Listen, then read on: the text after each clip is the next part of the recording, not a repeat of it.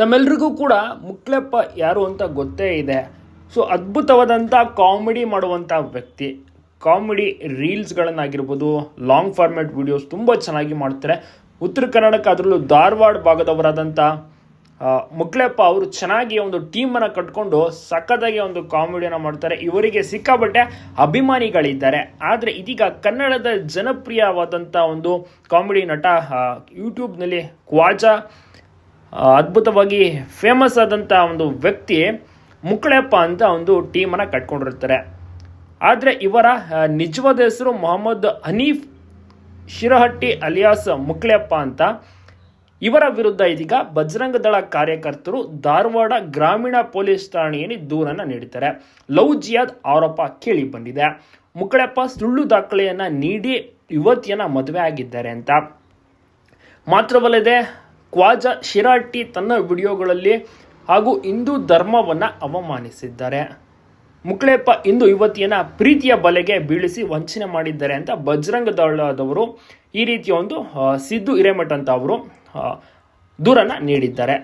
5ನೇ ತಾರೀಕು ಮುಕ್ಲೆಪ್ಪ ಅವರು ಮದುವೆ ಆಗಿದ್ದರಂತೆ.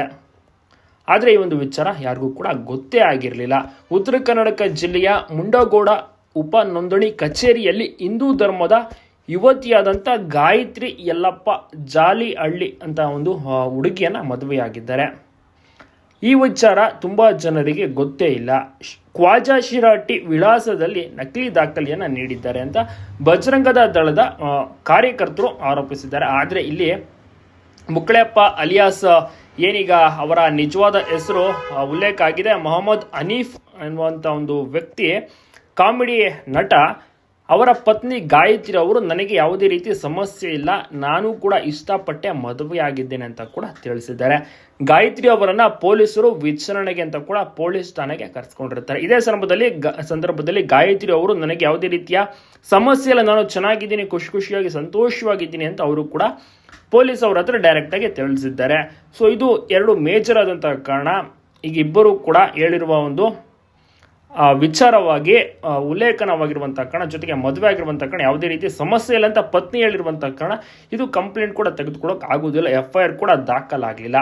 ಬಜರಂಗ ದಳದವರು ಹೇಳಿರ್ತಾರೆ ಅಷ್ಟೇ, ಮನವೊಲಿಸುವಂಥ ಪ್ರಯತ್ನವನ್ನು ಮಾಡಿರ್ತಾರೆ.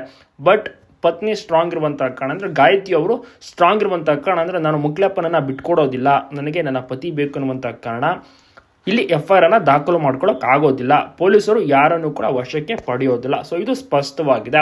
ಬಜರಂಗ ದಳದವರು ಹೇಳಿರ್ಬೋದು, ಬಟ್ ಇಲ್ಲಿ ಹುಡುಗಿ ಸ್ಟ್ರಾಂಗ್ ಇದ್ದಾರೆ, ಜೊತೆಗೆ ಮೇಜರ್ ಇದ್ದಾರೆ. ಸೊ ಹಾಗಾಗಿ ಯಾವುದೇ ರೀತಿ ದೂರನ್ನು ದಾಖಲು ಮಾಡ್ಕೊಳ್ಳೋಕೆ ಆಗೋದಿಲ್ಲ.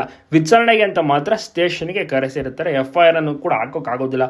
ಒಂದು ವೇಳೆ ಯುವತಿ ಏನಾದರೂ ಕಂಪ್ಲೇಂಟನ್ನು ದಾಖಲು ಮಾಡಿಕೊಂಡ್ರೆ ಮಾತ್ರ ಮುಕ್ಲೆಪ್ಪ ಅವರು ಅರೆಸ್ಟ್ ಆಗೋಕ್ಕೆ ಸಾಧ್ಯ. ಇಲ್ಲ ಅಂದರೆ ಪತ್ನಿಯೇ ಈಗ ಮುಕ್ಲೆಪ್ಪ ಜೊತೆಗೆ ಸಪೋರ್ಟಿವ್ ಆಗಿದ್ದಾರೆ ಮತ್ತು ಖುಷಿಯಾಗಿದ್ದಾರೆ ಅಂತ ಅವರೇ ಹೇಳ್ತಿರ್ಬೇಕಾದ್ರೆ ಈ ಬಜರಂಗ ದಳದವರು ಆರೋಪ ಮಾಡಿದ್ರು ಕೂಡ ಅಲ್ಲಿ ಕೇಸು ಸ್ಟ್ರಾಂಗ್ ಆಗೋದಿಲ್ಲ. ಸೊ ಅದು ಮುಖ್ಯವಾದಂಥ ಒಂದು ವಿಚಾರ ಆಗಿರುತ್ತೆ. ಸೊ ಹೀಗಾಗಿ ಯಾವುದೇ ರೀತಿ ತೊಂದರೆ ಇಲ್ಲ, ಆರಾಮಾಗಿದ್ದಾರೆ, ಖುಷಿಯಾಗಿದ್ದಾರೆ ಮುಕ್ಲೆಪ್ಪ ಮತ್ತು ಅವರ ಪತ್ನಿ ಗಾಯತ್ರಿ ಅವರು.